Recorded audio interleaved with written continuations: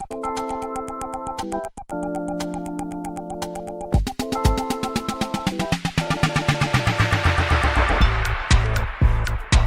guys, welcome to another episode of the Techknowledgy Show, where our experts translate geek into regular speak. How do you feel about mixed reality versus virtual reality? And what are your thoughts? Gadgets or games? And where exactly are you on the battlefield of Windows versus Apple? Stay tuned for our special geek guests. And now, it's over to our Techsperts. It's that time of the week and month. New show. It's the Techknowledgy Show. Technology, Tech, K-N-O-W, where we translate geek into regular speak. I'm Brett Levy, and with me as always, Arie Sternberg. What's crack-a-lackin'? It is warm, and I'm going to say that spring is here, although I hear that the rain will be joining us tomorrow. Or it might be on Spain, mainly on the plane. Stuff. No. I'm expecting rain. You're going to be on a plane. I'm going to be on a plane. Yeah. So we're going to take a sabbatical, the first show of October and the last one for now. Kind of. Oh, for a week. Only 1 week. Yeah. So, app of the week. Going straight into it, app of the week. This week, I have been given the honor of selecting the app, which is a rare... Oh, come on. You make rarity. it sound like I'm this terrible person. Oh, you love your apps. Look, there actually was ulterior motives. We'll get to that just now. But You've got it, man. What's the app? The app is Pexels, P-E-X-E-L-S, like pixels but with an E. Because that's how we spell in this new day and age, right? Yep. If the word's taken, change the spelling. Yeah, exactly. And the reason for selecting this app is because as a semi-professional designer and having to put together all kinds of marketing materials or other things all the time, which includes people that use the likes of Canva for producing content. Canva for content. Laying out content. Sometimes the images are available in Canva, just don't cut it. And so you go to Pexels to get your images. Now, Pexels is an app. It's also a website. If you go to pexels.com, you will find access to literally millions of photos produced by amateur and professional photographers, and they are all available for use. So you can go to the web as well? You can go to the web as well. Okay, because I was going to say, if you're going to design, it's very rare you're going to design on your phone. But that being said, I mean, there are people that are putting memes and GIFs and wallpapers and all kinds of stuff together. So that's it. No, so it's actually on your in hand. It is available iOS and Android. I had a look. I'm not a designer. I can't even draw a stick man, but I can see the value in it. App of the week, we discussed this last week when we talked about Monopoly and Macca's and not associating with Macca's, but the fact that the app is built well. And I have to say, it's clean. It's very light. There's not much to it. Look for picture, find picture, use picture. Yep. Right? Yeah. What made you choose it, those app of the week? If was it the structure of the app, or was it just because of the content of the app? I think, well, for one thing, for app of the week, we haven't actually reviewed content apps as a category, really. And so, except for TikTok, which is more of a social media, and so this could be used in TikTok. So, I think it's, if you are looking for content, and this, if you don't put content together, it's not something that would be applicable for you. But, if you click on the upper right-hand corner, there's a button that allows you to see what other people are looking for. So popular searches, popular collections, top photographers. And as Brett said, it's quite simple and quite easy. You can save the photos that you like, and then you can access them on the web. So let's say you're on the train, you want to find some photos to put into a photo album, or you want to create a wedding invitation or an event invitation on Facebook or whatever app you use. Find it on your mobile app, go to the web, save it, download it, throw it into whatever app you can use, and you're done. Like Brett said, it's quite simple, but the other side of it is that you can upload photos and videos, and you can get some notoriety. You don't get paid. I was about to ask, you don't get paid as the artist or photographer, but you don't. I, as the user, don't have to pay to use it either. Nope. So is it bragging rights? I mean, why would people do it then? It's a question. I don't know if you have the answer, but you and I spend a lot of time doing stuff, right? And we look for a return on the investment. And that's a lot of work and really good stuff and photos, and then it might land up on some billboard somewhere, and you get nothing for it. Or are there terms and conditions against that Nope. kind of commercial? No, it's you just use commercial. it? It's free commercial use, but where you'd be looking for is if you are a professional photographer and you do want to pick up business, you could actually use it as a host site for your content, and it would also allow you to get viral use of your content. So you could show people, yes, my content's actually being used by X number of thousands of people around the world. X number of thousands of people. So it's actually like almost like bragging, the same as you get followers on Instagram or Facebook or Twitter. Definitely, Okay. definitely. Cool. So Pexels, P-E-X-Ls. Yeah, E-L-S. So you've got to spell the whole world nowadays. Yeah, I'd say pexels. Pexels. What did I say? Pixels. It's just the accent, man. It's a New Zealand accent. How would you say deck in New Zealand? Dick. I'll throw you with my dick. No, it's actually more South African.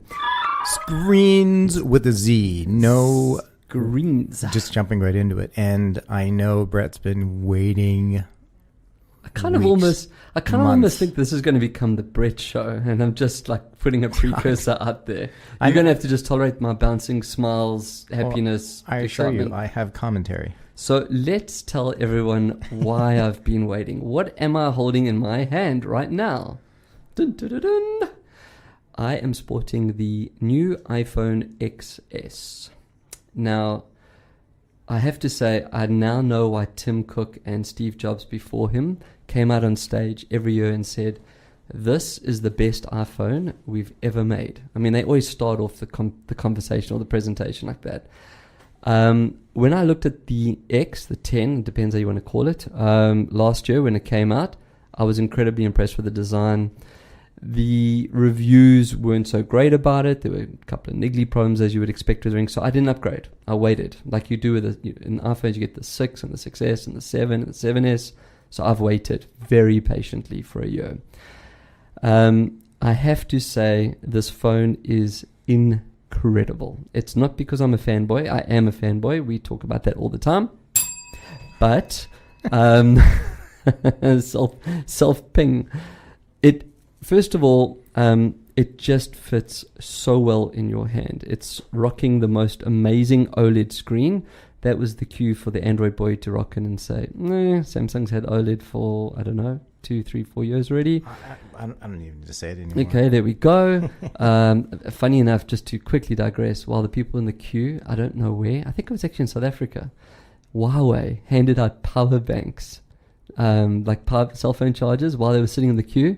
So basically say, you're going to be here so long, your phone's going to die. It was branded with Huawei. I thought that was quite good. That's anyway, back to the iPhone XS rather, XS, 10S. It is incredibly fast. So there's not much of a change. In fact, I don't think there's any change from the 10 from last year. I'm talking about the shape of the phone, the size of the phone.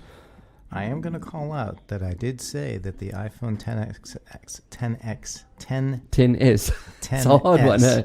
iPhone 10S, 10S, which was the naming Apple. You could have done better on that. I did say it was the same size as 10, and you said it was bigger. You know what confused me was the XR, I know, which we'll get to. That was the one that I thought was coming out standard. Anywho, just saying.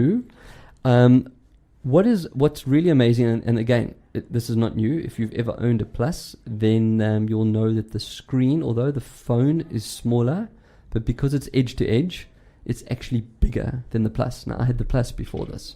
So I've been able to put a phone in my hand that is smaller in size, but bigger screen. So I get to enjoy content on an even bigger screen than I did before.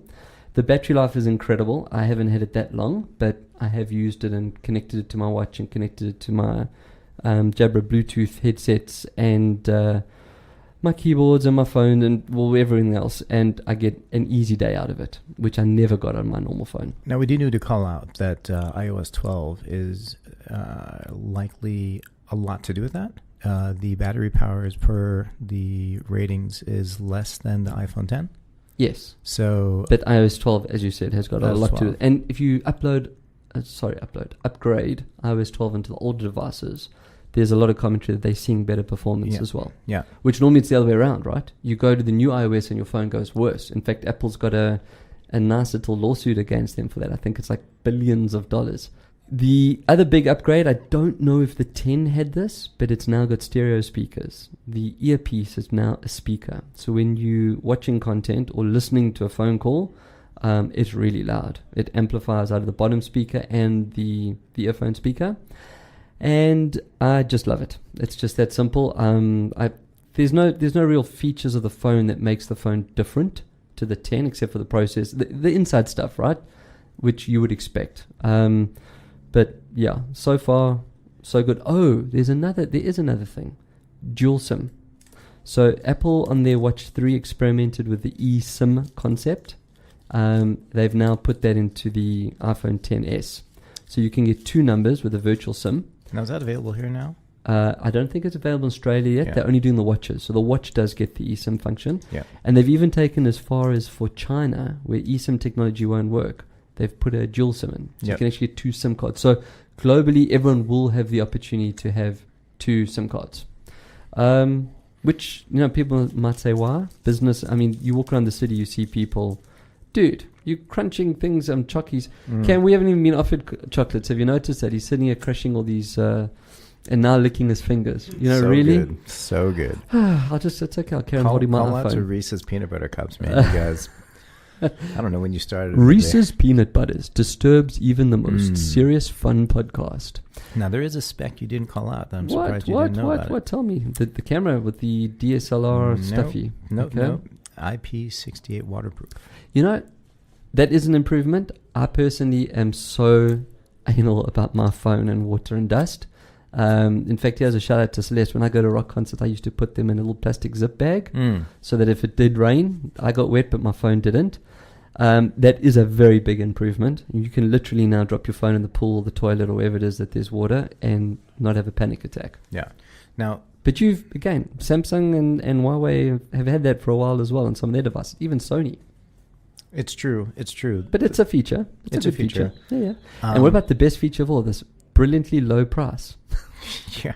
I don't know. Apple, wow. You do need to throw out a cautionary note that if you do buy this phone, buy a case, because if you break the screen, you are not in your case, the screen and the back. Yeah, you have to have a full screen guard and a case, which I have done. Yeah. And so, it's not only investment up front, but it's that investment down the line. It's all business in the front and serious at the back. Yeah. No, I think with any new phone launch, you are going to have gripes, and people have griped about charging issues. There are gripes about the camera smoothing the skin too much, and gripes about the antenna. And while none of them are proven, I'm sure Apple will do some work around any of those if they're actually real. The only gripe I have, other than it being an Apple, is that Apple claims to be the first in all these places, whereas the Google Pixel 2 has had the AI in the camera that have done incredible work. Not new. They don't claim to be first. They say first. It's a first for them. It's the first iPhone to have. That's how they say it. That's what I'm saying. They don't claim world first. Yeah, because Samsung hits world first. I've just said it as well. Even the Sony, I think the Xperia Z2, which is like 7 years ago, was waterproof. Same rating. Yeah. So no, the way they word is very clever. It's a marketing ploy. See, this is the first iPhone to ever have fill in whatever it is. Just being an Apple. And hey man, all of us little lambs going, take our money, and they did. So, and I'm going to be honest here. When I went from the iPhone 4 to the iPhone 5, it was incredible, the change. From the 5 to the 6 was amazing. Apple has been lacking since we saw the 10 last year. The 7 and the 8 have been same but different. There's been no innovation. Same chassis, same case, same cameras, same... They just changed the chips. The 10 was a statement which I thought might have just been the 10-year anniversary edition, and then we're going to go back to 9. Don't know what happened to 9. Do you want to know? What happened to 9? It became the Samsung 9. Well, I heard that 7, 8, 9, and 10. Yeah. There's an X, there's no 10. No, right? no, 10. There it is. 10 the name of the kid from Stranger Things, the TV show? Or 11? That's 11. No, close. That's next year. But this phone, from a performance point of view and a speed point of view, and a look and everything else, Apple's back. I think that we'll see some exciting turnovers in their bank coffers. Mm. So that's it. 10X, S, X, 10S. Oh, I can't get that right. Boom. And now, going straight into it, it's the Brett Show, because I've got nothing to say here. I do. I've got lots of comments here. But it's that time. It's the Brett time. It's when I get time. excited, right? It is the A and B split. A and B split test. Yeah. Boom. But it's really the A split test. A for Apple. Well, A for Yeah. Oreo. So, Android. A. You can't actually throw the A there, man. No. I see what you're trying to do. Okay, so I had to ask really nicely, and I think that's what cost me the app of the week when I mentioned it earlier. But the part that I left out about talking about the Apple 10s is that it launched in two varieties. Actually three. We haven't seen the R yet, which is their cheaper one. But there's the 10s and the 10s Max. And the Max is about 20% bigger than the S. So it's basically the same size. I'm talking about the body, not the screen. The screen's edge to edge as the current Plus. Okay, just for people that can't see what I'm doing with my hands now. It took me days to decide which phone to get. Was it really days? It was days. Actually, it might have even been a week or two. I mean, from the moment that I saw it, I thought I was going XS Max, and then I oohed and I ahed, and then Alan in the office, he went and saw it and he said, oh, there's no choice. It's only an X Max, which confused me more. And then when I sat with the salesperson, I thought he was actually going to kick me out the shop. Because I was like, let me see that one again. Okay, no, let me see that one again. Oh, no, okay, hold on. And I was pulling up my Plus and I was comparing sizes. And this just sounds all wrong. I was holding other things, big things, small things in my hands. I am going to tell you that I think that Alan went in with a bit of a naive approach. He just looked at the sides of the screen, held it in his hand. He Correct. didn't actually look at the bezels on the side of the screen.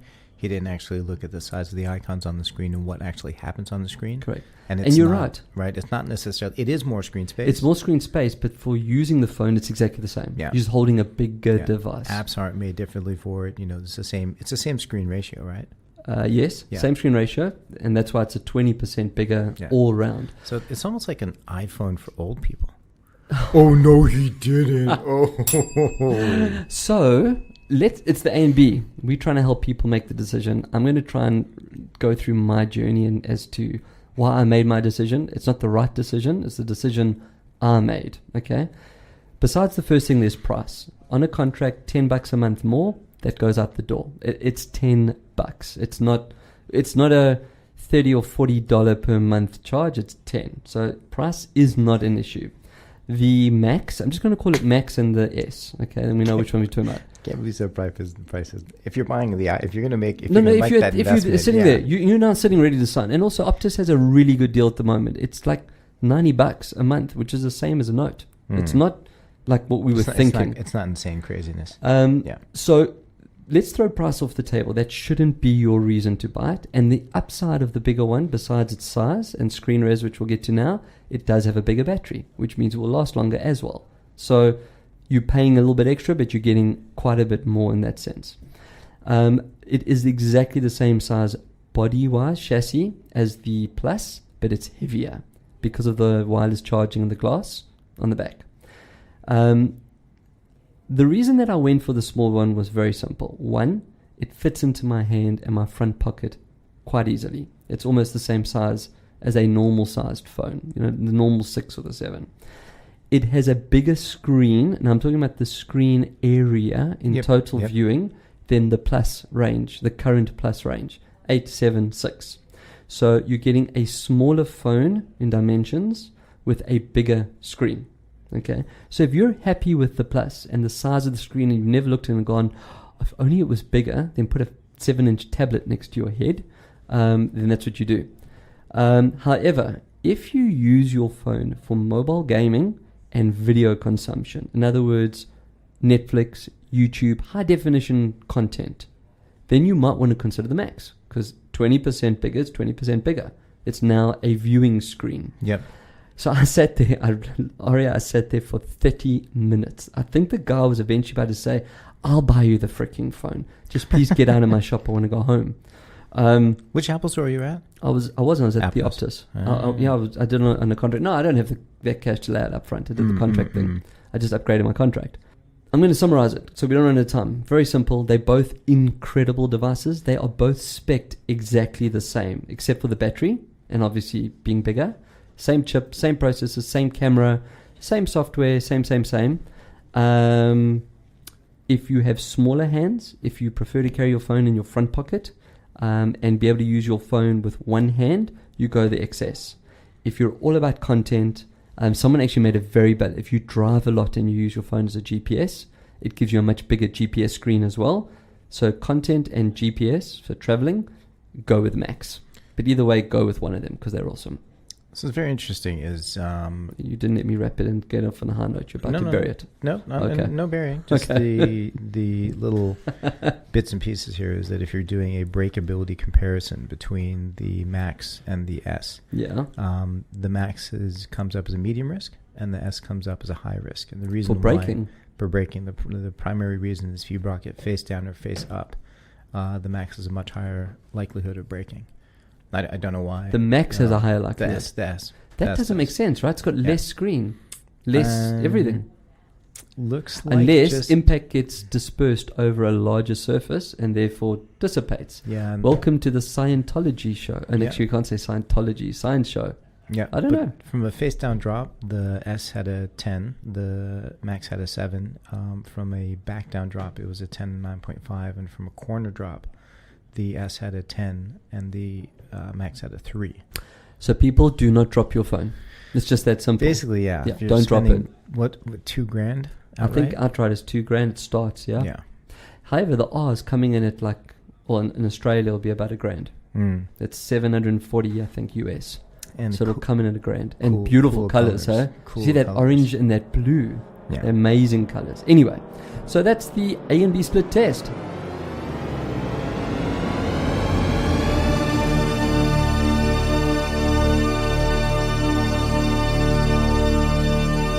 It is time for extended reality. XR. Cool. Well, XR. Let's go to AR. I think we started on VR last time, so let's go to AR. And I don't have much on AR. I don't know if it's another. It really is the A show. It's a self-indulgence. Angry Birds augmented reality coming soon. You talking about the game Magic Leap? No. From your AR, not headset. So you'll play from your phone. You're going to be able to see the little pigs and towers and that floating around and flick with your finger. Oh, so you'll be able to pull the catty. It is a catty, yeah, the catapult. You'll be able to pull it back and shoot. Magic Leap has done one with their mixed reality, with their cameras and that, and you actually hold the ball and let it go. This is now an AR version of it. It should come out, they said, in fall. I don't know what fall is. Is that like the Q3? That'd be, yeah. So is that now? Is fall now? When we're in spring, they're in fall. Yeah. Cool. So correct. It's coming now. Obviously, they're waiting for the iPhone because that revigorates everything. I mean, the original Angry Birds game was 4 billion downloads. That's quite something, huh? 4 billion. How many? 4 billion. There's about 8 permutations of it, and there were a couple of subcategories. But I think between Angry Birds and Angry Birds 2 was 4 billion downloads. That's pretty impressive. Massive. Yeah. What you got? The only news I have is just that I think people have been not really sure what to do with, Magic Leap. And while people have... Will not spend money on it, hopefully. Well, it's opening a new paradigm of how we engage with the world, and it's one of 3 headsets that are in the quote unquote mixed reality space, the HoloLens and the Meta, and none of them have actually been able to deliver a real large scale consumer experience that is usable for anything. Right. I mean, the best we've seen is examples or demos of a whale crashing in a gymnasium, which we talked about as being lacking when the real thing happened 4 years later, or whatever it was. And it was like pixelated and stuff. Now, what I did hear is a futurist that had invested in the developer kit and was using it and looking at it from the perspective of let's look into the future 3 years back on today and at the operating system and the experience and what Magic Leap was sort of promising and trying to do. Yep. And saying, give them a shot. Yep. You know, let them have launched what it is, which is a first generation dev kit. It's not meant to be consumer ready. It's meant to, like when the Oculus Dev Kit 1 came out, people were getting sick left, right, and center. Yeah. Right. Do you remember that? It just didn't. Do you remember the memes of that? It said on, vomit out. Exactly. So, you know, it's kind of like, yeah, poo-poo it. It is a $5 billion investment. You got to question where that money's going. And that's the question. Where's that money going, right? Yeah, so I think, you know, we're not going to see anything incredibly awesome, even if, you know, they do have a pretty cool, what do you call it? Angry Birds game. And a whale in a gymnasium. And a whale in a gymnasium, and that game where you shoot aliens. You just robots. mentioned something now as well, like, you know, like Oculus started, people got sick. First of all, thank God the industry carried on, right? That it didn't stop there and then. But if I rewind the shows and listen to, because I mean, we've just crossed the 1 year mark. A couple of weeks ago was our 1 year anniversary on the show with Eagle Waves. I think we did a couple of dabblings in that beforehand, but still, I've always had a go at Oculus as the, you know, all that hype, Oculus World, Oculus Expo, and nothing, right? We spoke, like nothing came out of them. What these guys have done in the last 3 months and the announcements that they've made is incredible. Is it Oculus? Oculus, yeah. Oculus I mean, they went from being stuff. like awesomeness to like quiet, like nothing, when Zuckerberg took it over, and then HTC just jumped in and ate their lunch. So did Sony to a point with Beat Saber and the home entertainment side. But what these guys have announced in the last, not even months, like weeks, 2 weeks, 1 week, with Go and Quest. Quest is coming next year, right? Yeah. The fact that you can get into VR, whether it's with Go, which is 3 degrees of freedom, or Quest with 6 degrees of freedom, and that's kind of almost MRE because of the front cameras instead of the sensors, for under $500. That's US. quite something. US. Yeah. That's something. And we both know it's $500 US now. This time next year, it's $200 because there'll be so many other things out there. So, I don't know about that, but the Go's going to drop down $120 straight away when the Quest launches. What's it now? It's about $200 $200 US. Yeah. It's going to go into $150, maybe $120 with some promotions. You'll see bundling happen. Buy this, get that. So, you know, VR is going to become even bigger 2019, 2020. And it's exciting, man. This is definitely the VR era. It is. You wouldn't. I mean, I hate to be put in the naysayer position, but I think that the challenge that's still out there is that people are looking to invest in the space. Are saying, well, what do I invest in? That's actually true as well. Is it also the hardware or the content side? Like, we've had that chat. Yeah, you literally have. I mean, you look at any gaming console. How many games are available? Not many. Oh, sorry, gaming consoles. So sorry, gaming, and not VR. Hundreds and hundreds, and version 1, 2, 3, 4, 5. Like, and you know the Malibu version and the LA version. You know, Grand Theft Auto 7. Right? Yeah. All this kind of stuff. Like this, the new Xbox racing game. I can't remember the name of it. Just is about to come out, and it's like ridiculously awesome. So, the proliferation. People are like, "Oh, Sony's getting to gaming like Xbox. Like, what a fluke!" Massive uptake. PlayStation, massive uptake. Yep. And so, like, you've got 5 basic headsets that you can use out there. 3 are, you know, tethered. 2 are wireless. And the rest are kind of goofy. You know, download an app, try it once, and you're out of it. The only app that people have been, like, continuously using is Beat Saber. And that's 1 out of Look, a few hundred. It's the unicorn of VR at the moment. It's the thing. It's actually the thing that's making VR a conversation point. Yeah, is Beat Saber. Yeah, that's true. I'm going to stay in the mixed reality side because we kind of moved there when we started talking about Magic Leap. There's a company called Cognitive, spelled Kognitiv, of course. Cognitive Spark, and they've created a HoloLens demo that lets workers undertake maintenance and repairs using 3D contact and interactive holograms. So they're now actually manipulating holograms through the HoloLens. So they're using the HoloLens for its true purpose, which was to always put holograms of people at the table if it was boardroom. So now they can actually do their maintenance, and probably also to the point, I mean, Rog42, this is the kind of tech that he would be looking at when he comes to his training, right, with Achiever, is that you can now let people work with real objects. I've got my fingers in there doing the quotation marks, without any risk. They can change a steam valve, or they can open up a release thing, or change an engine, or whatever it is, just in holograms. And it would be real with haptics. If it blows up, it blows up. You come out of the lens and you go, you're lucky you lived. You would have died in the scene. Boom. Yeah, I think the challenge with XR or with MR today, whichever headset you're using, is you're going to be limited by the field of view. Yeah. And you can see basically, like, if you put your hand in front of you, you're not going to be able to see outside of your hand. When you look away, look to the left or right, what you're looking at falls out of That's what I'm saying, but this is quite nice because you're actually manipulating an object in front of you. So you're not trying to bring in that full 360. You're working on just something in your front space. You're not actually trying to look around you and see where... It is, but think about where your hands are. If you're fixing... You're talking about something, it has to fit within that space in front of you. I have my hands in front of me, by the way. That goes like out the size of a 10-pin bowling ball. Yeah, if you're trying to use your peripheral vision, you're looking at something that goes beyond the width of, let's say, like 20 inches in front of you, left and right. Yeah. You can't see it. And so that entirety of being able to... Let's say you're trying to learn how to fly an airplane. There's an entire field of screens and things that tell you that you need to pay attention to, and lights flashing and stuff. Yeah, you don't have that in HoloLens. You have to turn your head, look left and right, and you're not going to catch that. And so it's still an infant technology. Like, it's fortunate and unfortunate. It's great that we can see it and have a chance to play with it. It's almost like they could have sat on this for 2 years and really like Magic Leap.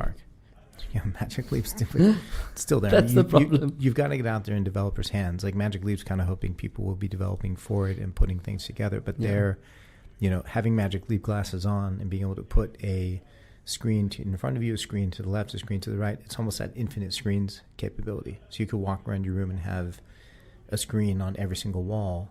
The only things you have to be wearing your little Magic Leap power pack and your Magic Leap headset. True. Well, then let's just go to the awesomeness of VR, because we'll leave MR where it is in its infantile, pecky, wacky, non-tacky state. Yeah. What you got? I'm going to try to stay on the wholesome side of things. There's a psychologist at the University of Guelph. I don't know where that is. Guelph. It sounds like somewhere in Wales. Yep. Guelph, Guelph, that uses virtual reality to teach kids how to cross the street safely. That's actually quite good. Here's a tip, kids. Put your freaking cell phones down and look. Yeah. I mean, that's kind of the first thing, right? Yep. I mean, we've got those lights here in Sydney, the red and green on the floor. That when you get to cross the light, they're red because people are looking down. Yeah. Okay, well, that one is interesting. I'm going to go to the RIG. I love the spellings. RYG. The RIG haptic vest. It was fully funded on Kickstarter in 3 hours. It's kind of a butt kicker for your whole torso. So now you'll wear this haptic vest. It looks like, the assault teams, the SWAT teams that go in with their body armor. That's what it looks like, this rig. And it packs really good haptic motors. So if you get shot, you feel it. If you're vibrating, you feel it. If you're moving, you know what I mean? Is it based on vibration still, or do you actually get like a thump kind of a feeling? It's apparently got the thump kind of feeling. They actually say you're going to get a kick for your whole torso. So it can't just be a vibration. It's got to have little motors that are actually accentuating up and down, or little pistons rather. So yeah, I mean, 3 hours they funded. Boom, done. It's the second time these guys have funded. The company's actually got a weird name. It's Wooya, WOOJER, Wooya. Excellent. So yeah, RIG, RYG. So to make you feel old, or if you've never heard of this guy, I feel sad.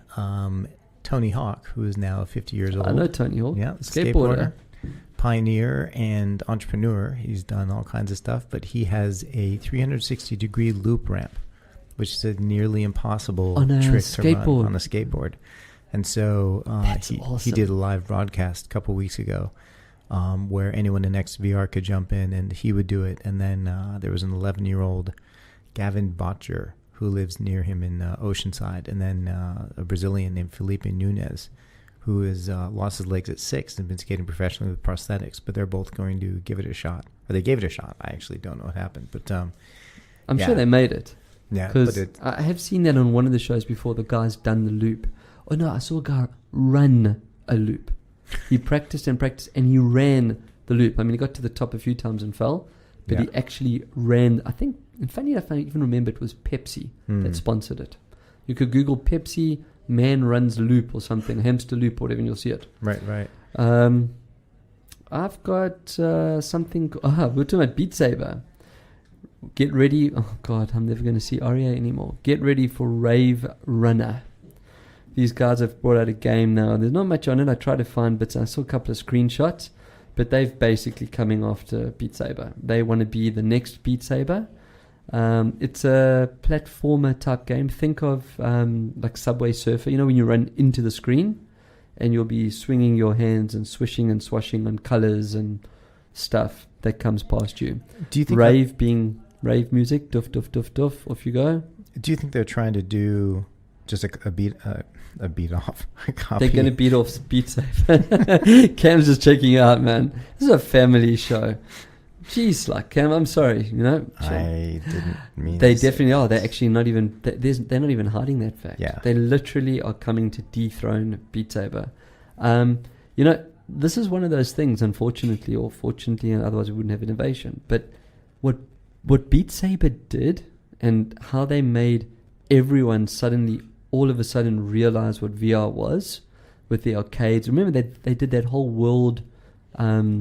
Beat Saber Arcade Day, like 160 countries or something all played at the same time, and you know, so they've really done a lot for the VR space. I've actually reached out to the CEO a couple of times, and we've got to get him on the show, man. We'll just have a chat. But did you hear that? That just really, I don't know what that was like quite there. a scream. Hopefully, no one did anything they shouldn't be doing. Cam's on the rescue. He's going to go and see. Yeah, so what do I call it? Rave Runner. Rave Runner. Look, the screenshots look really cool. It's definitely the kind of game that I'm talking about you and probably the audience would play. 100% I'm sure you'd play it. Yeah, what you got? Next up, Hypatia is I don't know if it's the first, but it sounds like it's the first very large VR MMORPG. Hypatia. It sounds like a blood disease. Yeah, a massively multiplayer online role-playing game. So it's set in a magical world of social interaction, blah, blah, blah. But you basically get to hang around with your friends and run around and do random stuff. So there's lots of, you know, fun activities you can do. You can go to this town where you paint the town, like literally, called Paintville. Okay, so is it like free form, so like graffiti, or do you have to go and color in the wall blue and the red? And yeah, more like, I think you color the town, like you paint the town, like so like adult coloring books, but immersed. Yeah, that's not a bad. We've talked about that. One of the places. There's a place where you and your friends can go watch shows where other people can actually put on the shows and act in them. There's gardens, and you can take virtual photographs of you and your friends. I think they're really trying to sort of be the precursor to a Ready Player One style world where you can do whatever you want, but it's building that. It's got a lot of rules and regulations around it. I have no idea how clean and like how good the avatars look, or you know, the graphics and stuff. But for an MMORPG, it's good to see that they're emerging. Remember we talked about PlayStation's one last week, the MOBA, the mass field like Fortnite type thing. It's all coming. And that now here's the question: what's going to happen with regards to? I'm just going to stay there because we talked about the MOBA last year, the mass gaming battlefields. You're just talking about this totally immersed world where you're running around and there's going to be avatars and that.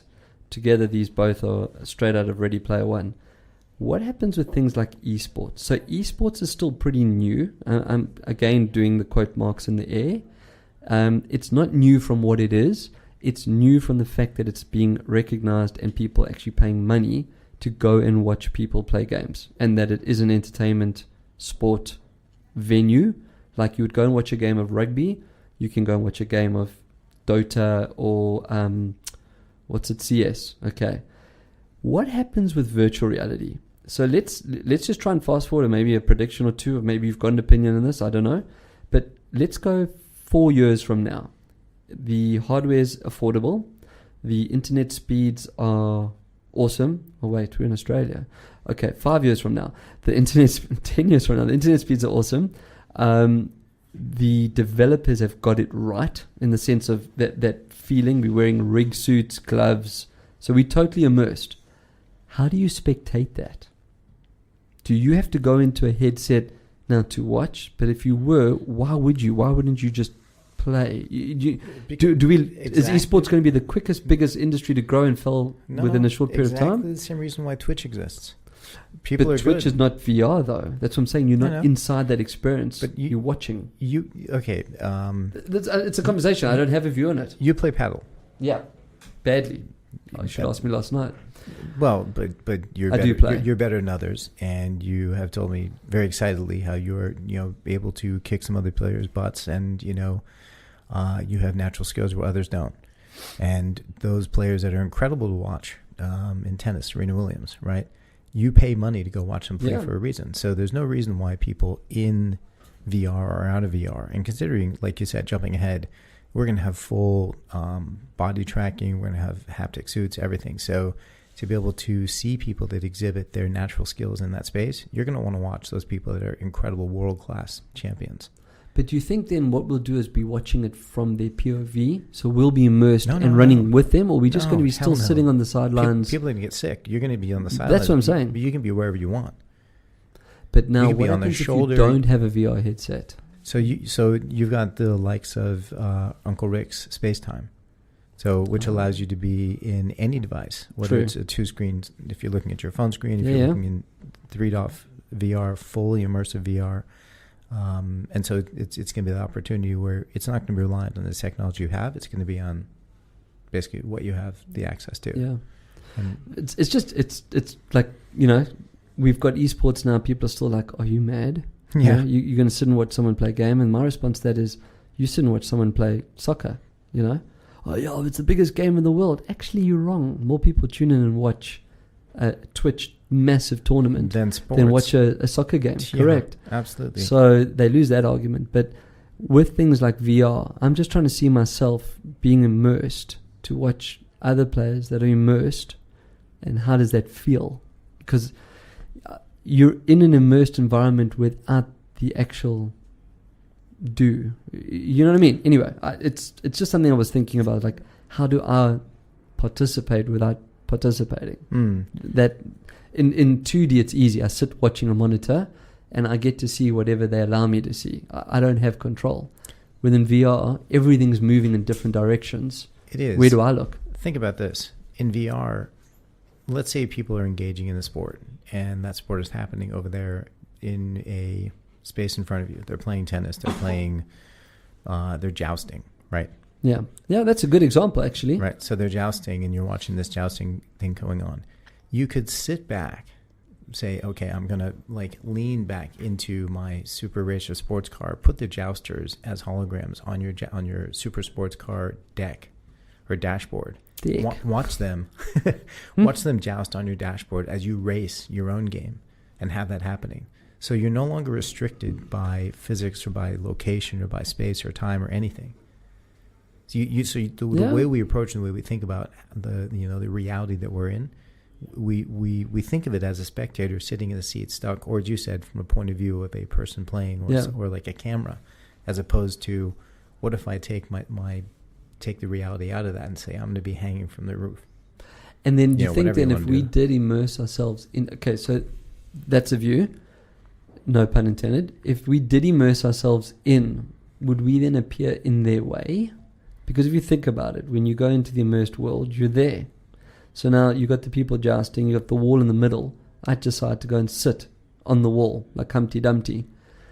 Are the players going to actually see me there? Because I'm there because my camera has to be there to see what they're seeing. Does your camera have to be there? I don't know. No, it's a question. I don't know. It's all graphic. It's all virtual. So if you put a point, so it would just be a pixel.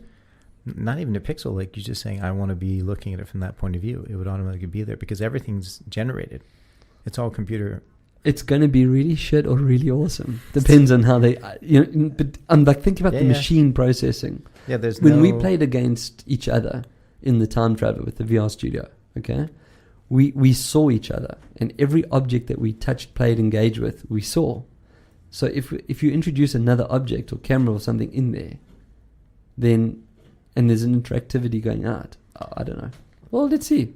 So it's coming. It's definitely coming. It's not new. No, definitely. And so the follow up on that is Yes. a little bit more news. Yes, tell me. There's a tool called the Icaros Fitness Machine, ICAROS, and it looks like this. I'm showing Brett a picture of what looks like some kind of contraption you'd find in a doctor's office, Or maybe even in a massage, one of those or Dodge a massage strange parlors. massage parlor. Yeah. So, Wow. but- Wow. But basically, if you've ever been or seen one of these, like at a You have What to do you call it? describe that. You're saying one of these. I don't even know how to describe it. It's like knee rests and arm rests. for yeah. It's like almost a doggy style position. I don't describe. It's almost doggy style. So if you're on all fours, on your knees and your hands on the floor, but your knees and your hand and your forearms are resting in pads, and then like on a bicycle. On a bicycle. You know those racing Yeah. bicycles where you put your arms on those rests. Yeah. And you're using your weight and using your balance to move around. Yep. And that is connected to kind of a gyroscope That's style cool. movement. The similar experience, if anyone's been on one of those upside down hanging racks that's used for chiropractors, where you strap your legs. Yeah, I've been on one of those. You move your arms, Yeah, and then your it's body kind of moves. it's a suspension tensioning. So it's that kind of a thing where you move your body and then it kind of moves. That's actually very cool. So you have full movement, full free movement. Yeah. So it's really for flying, for racing, for any of those kinds of things. That leads me up into the last thing that I have on my list here, which is staying in exercise, because that's also for exercise, right? A new study from the University of Kent shows that VR during exercise can reduce the perception of pain and effort. Okay. So researchers tested 80 volunteers by having them perform isometric bicep curls. You know when you lock your arms and you just do the curl. So you're just using the bicep muscle. And they were able to do 20% of the maximum weight more. And they were able to go for 2 minutes longer before the pain threshold kicked in, or the moaning kicked in, or I can't do anymore, etc. 2 minutes in muscle workout at 20% above your base rate, that's pretty impressive. That's actually amazing stamina. Think about your plank challenge. When you just go 10 seconds beyond 190, that's incredible. So if you're at your 190 point and now you're going to go to 10 seconds, these guys are going 2 minutes past their threshold. And that's all because of VR. That the fact that they're immersed, their brain is disconnecting from the muscle side of it and focusing on the experience side of it, or whatever that experience is that they're seeing. That's pretty cool. So does that mean I should do the plank challenge in VR? In VR? Well, that's what I'm telling you, man. Like, go home and do your daydream. Put on something that you can just look at and engage without having to actually use your hands, because you're planking, right? And see. And just let the timer start. I'll tell you, this is a fail of the daydream. Oh, I was about to say, I thought that was really good. You said that's a fail. No, I got a little bit more news, but just on the daydream is that I did download an app that I was trying out, and it's called Virtual Reality. Virtual reality. Sorry, virtual reality. Oh gosh. It's very interesting. It's kind of like this kind of trying to be a psychedelic experience. The problem is that unless you're sitting up, like, and looking straight. If I'd like laying back, so I was trying to do it in my bed and like just put the headset on, I actually had to put my eyes so I was looking ahead at a 90 because degree. of and the 3 degrees. Yeah, the computer doesn't, the software doesn't allow for me to actually do it straight up, which would have been a much nicer experience. Yeah. I found that to be. I wonder if the Go fail. will do that, because the Go's computer, and that's all built in with its own accelerometer. It's not relying on a phone communicating to a device. Because there's two plays really between the daydream and the. I don't know. It's a good question. I think we need to try it. Travis, please give us your Go. Yep. I might not return it. I don't have any other real news or snippets. Happy to comment on something you have. The only news I wanted to ask was, did we mention how awesome the Apple XS and XS Max is? Yes, we did. No, Oh. I lost my stupid. Yes, we did mention how awesome they are, and I agree they are pretty awesome. No, the virtual reality with the UK Philharmonic. At the Royal Festival Hall. I don't know if we mentioned it. Yeah. And I know you and me have spoken about it, but hey, why not? Yeah, so London's Royal Festival Hall is putting visitors into VR to experience the London Philharmonic doing a performance of Mahler's Third Symphony. So it's using spatial audio as well, so when you tune your head, the direction. So you need a noise cancelling headset and a VR headset. Yeah, so you have to be fully immersed, locked out. Yeah, it's a special app and stuff. Now, this isn't new because Michaela, our friend, that's right. She did that whole installation here. She already did it here like 2 years ago. Yeah, and so I was thinking this is another part of the challenge that VR artists have is that people are doing work, but because it's not the BBC or the Royal Philharmonic, right? Yeah, you can't. You don't get the eyes on it, and so I think VR artists out there or VR people, if you'd like to get some noise, reach out to us because we'd love to. We love talking about it. Yeah, talking about what you're doing, especially if you're in Australia, and get us across to give it a shot. That's a precursor. Get us across to give it a shot, and then we can talk about it. Awesome, dude. I don't have any more. I don't know if you have anything else. Nope, I do not. I think it's time to call it a wrap. I'm not going to say time to say goodbye. It is for a week, but we'll definitely catch you on the flip side. So, are we done? Are we wrapped? We are wrapped. Until next time, keep your screens clean and your knobs shiny. Thanks for listening to our latest episode of The Techknowledgy Show. Remember, for more episodes, hop onto eaglewavesradio.com.au, follow us on Twitter and like us on Facebook. Catch you next time.